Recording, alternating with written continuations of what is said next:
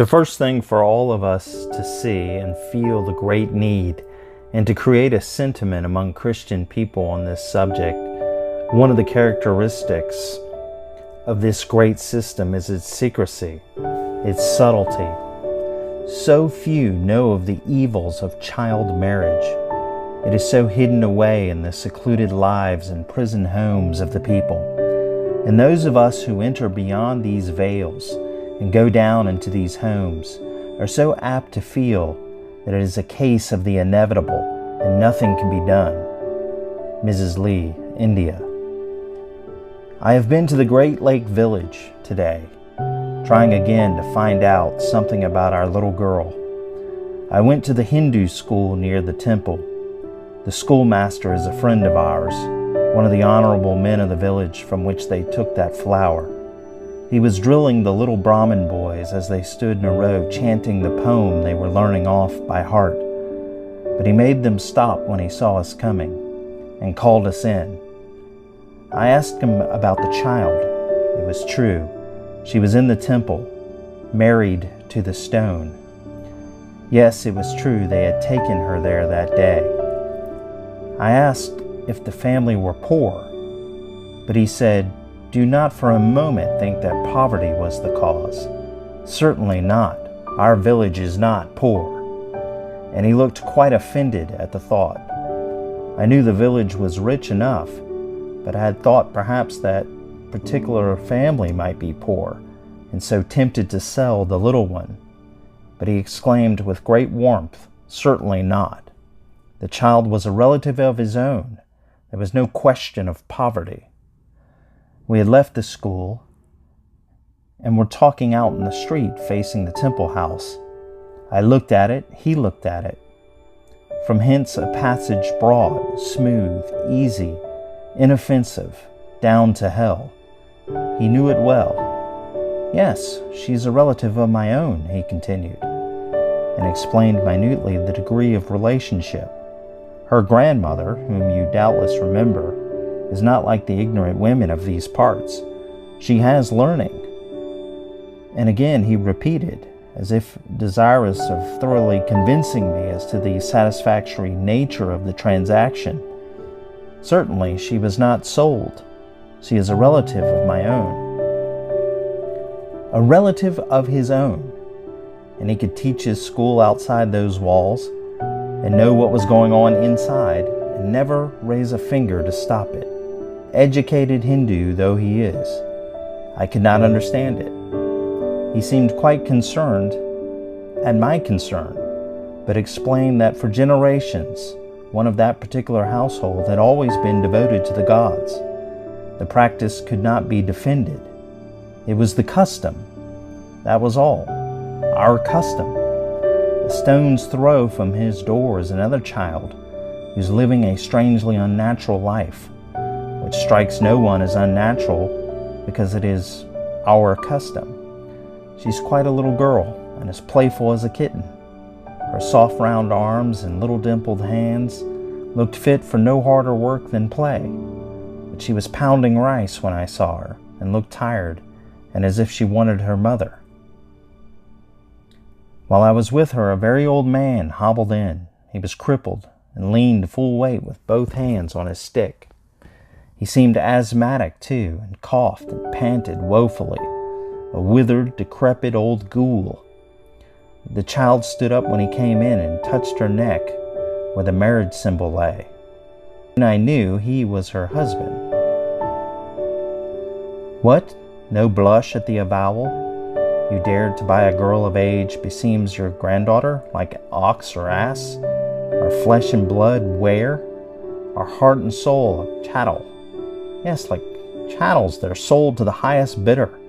In that auction, caste comes first, then wealth and position, and the cattle is bought. The bit of breathing flesh and blood is converted into property, and the living, throbbing heart of the child may be trampled and stamped down underfoot in the mire and the mud of that marketplace, for all anyone cares.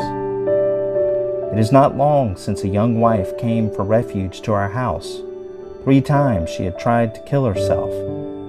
At last she fled to us. Her husband came. "Get up, slave," he said, as she crouched on the floor. She would not stir or speak. Then he got her own people to come, and then it was as if a pent-up torrent was bursting out of an overt full heart. "You gave me to him. You gave me to him." The words came over and over again. She reminded them in a passion of reproach how, knowing what his character was, they had handed her over to him. But we could hardly follow her. The words poured forth with such fierce emotion, as with streaming eyes and hands that showed everything in gestures. She besought them not to force her back. They promised, and believing them, she returned with them. The other day when I passed the house, someone said, "Beautiful is there. He keeps her locked up in the back room now." So they had broken their word to her and given her back, body and soul, to the power of a man whose cruelty is so well known that even the heathen call him a demon. What must he be to his wife? And if that poor wife, nerved by the misery of her life, dared all and appealed to the government, the law would do as her people did, force her back again to him to fulfill a contract she never made. It is not a shame? Oh, when will the day come when this merchandise in children's souls shall cease? We know that many husbands are kind and many wives perfectly content, but sometimes we see those who are not, and there is no redress. Another of our children sold by auction in the village of the lake is one who used to be such a pretty little thing with a tangle of curls and mischievous, merry brown eyes, but that was 5 years ago. Then a fiend in a man's shape saw her and offered inducements to her parents, which ended in his marrying her. She was 9 years old. 1 year afterwards, she was sent to her husband's home. His motives in marrying her were wholly evil, but the child knew nothing of right and wrong, and she resisted him. His motives in marrying her were wholly evil, but the child knew something of right and wrong, and she resisted him. Then he dragged her into an inner room, and he held her down, smothered her shrieks, and pressed a plantain into her mouth. It was poisoned. She knew it and did not swallow it all. But what she was forced to take made her ill, and she lay for days so dizzy and sick that when her husband kicked her as she lay, she did not care. At last she escaped and ran to her mother's house. But the law was on her owner's side. What could she prove of all this, poor child? And she had to go back to him. After that, he succeeded in his devil's work, and today that child is dead to all sense of sin. Oh, there are worse things far than seeing a little child die. It is worse to see it change, to see the innocence pass from the eyes, and the childishness grow into wickedness, and to know, without being able to stop it, just what is going on. I am thinking of one such now. She was 4 years old when I first began to visit in her grandmother's house. She is 6 now, only 6, but her demoralization is almost complete. It is as if you saw a hand pull a rosebud on its stem, crumple and crush it, rub the pink loveliness into pulp, drop it then, and you pick it up. But it is not a rosebud now. Oh, these things, the knowledge of them, is as a fire shut up in one's bones. Shut up, for one cannot let it all out. It must stay in and burn. Those who know nothing of the facts will be sure to criticize. It is not an unknown thing for persons to act as critics, even though supremely ignorant of the subject criticized. But those who know the truth of these things well know that we have understated it, carefully toned it down perforce, because it cannot be written in full. It can neither be published nor read. It cannot be written or published or read, but oh, it has to be lived. And what you may not even hear must be endured by little girls. There are child wives in India today of 12, 10, 9, and even 8 years old. Oh, you mean betrothed? Another instance of missionary exaggeration. We mean married. But of course the law interferes. Perhaps you have heard of the law which makes wifehood illegal under 12. With reference to this law, the Honorable Ghose of the High Court of Calcutta writes, "If the government thinks that the country is not yet prepared for such legislation," by which he means drastic legislation, "as I suggest, I can only express my regret that by introducing the present bill, it has infinitely postponed the introduction of a substantial measure of reform, which is urgently called for. There are men and women in India to whom many a day is a nightmare, and this fair land an inferno, because of what they know of the wrong that is going on. For that is the dreadful part of it. It is not like the burning alive of the widows. It is not a horror past. It is going on steadily day and night, sunlight, moonlight, and darkness pass, the one changing into the other, but all the time they are passing. This wrong holds the hours with firm and strong hands and uses them for its purpose, the murder of little girls. Meanwhile, what can be done by you and by me to hasten the day of its ending? Those who know can tell what they know, or so much as will bear the telling, and those who do not know can believe it is true. And if they have influence anywhere, use it, and all can care and pray. Praying alone is not enough, but oh, for more real praying. We are playing at praying and caring and coming, playing at doing, if doing cost, playing at everything but play. We are earnest enough about that. God, open our eyes and convict us of our insincerity. Burn out the superficial in us. Make us intensely and earnest, and may God quicken our sympathy and touch our heart and nerve our arm for what will prove a desperate fight against leagued fiends in bad men's shapes who do the devil's work today, branding on little innocent souls the very brand of hell. I have told of one, that little child who is now as evil-minded as a little child can be.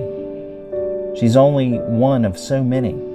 Let a medical missionary speak. A few days ago, we had a little child wife here as a patient. She was 10 or 11, I think, just a scrap of a creature, playing with a doll and yet degraded unmentionably in mind. But oh, to think of the hundreds of little girls. It makes me literally sick. We do what we can. But what can we do? What a drop in the ocean it is. Where the dotted lines come, it was written what cannot be printed, but it had to be lived through, every bit of it, by a scrap of a creature of 10 or 11. Another.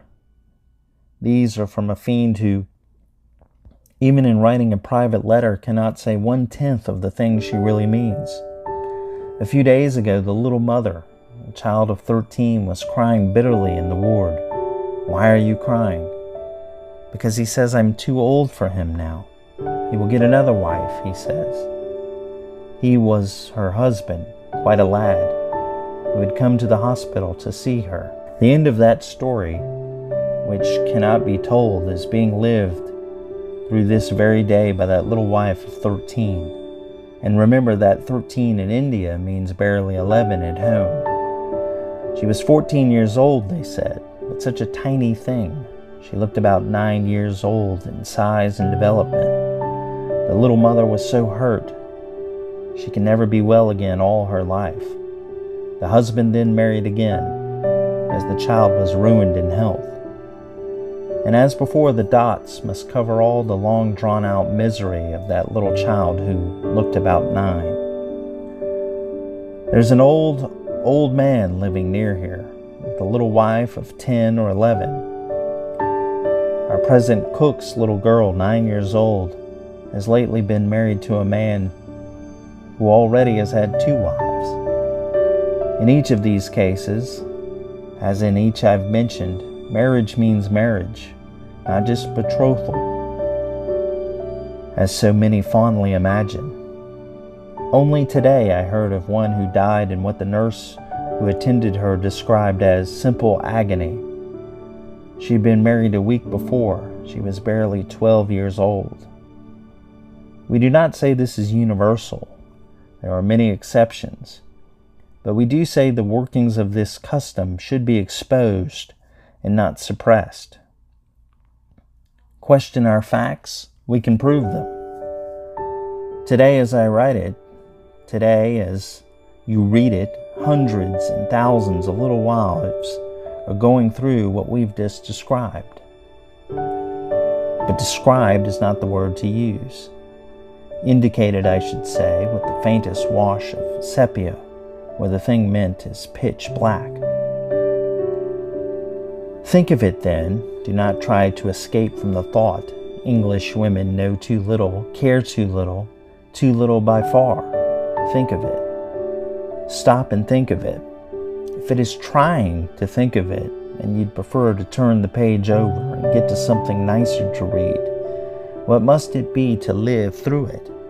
What must it be to those little girls so little, so pitifully little and unequal to it all? What must it be to these childish things to live on through it day by day with, in some cases, nothing to hope for till kindly death comes and opens the door, the one dread door of escape they know, and the tortured little body dies, and someone says, "The girl is dead, take the corpse out to the burning ground." Then they take it up, gently perhaps, and oh, the relief of remembering it. It does not matter now, nothing matters anymore. Little dead wives cannot feel.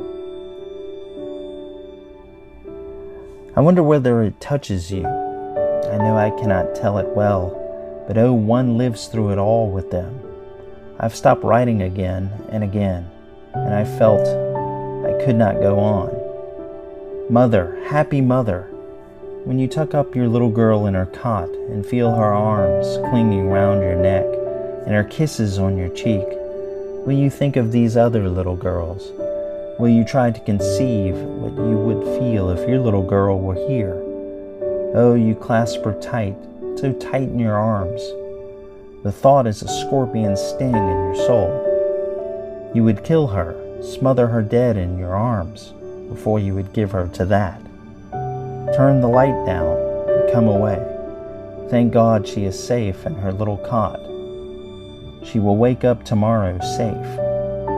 Now think for a moment steadily of those who are somebody's little girls, just as dear to them and sweet, needing as much the tenderest care as this your own little girl. Think of them, try to think of them as if they were your very own. They are just like your own in so many ways, only the future is different. Oh, dear mothers, do you care? Do you care very much, I ask? Get the book Things as They Are by Amy Carmichael at revivalpress.net.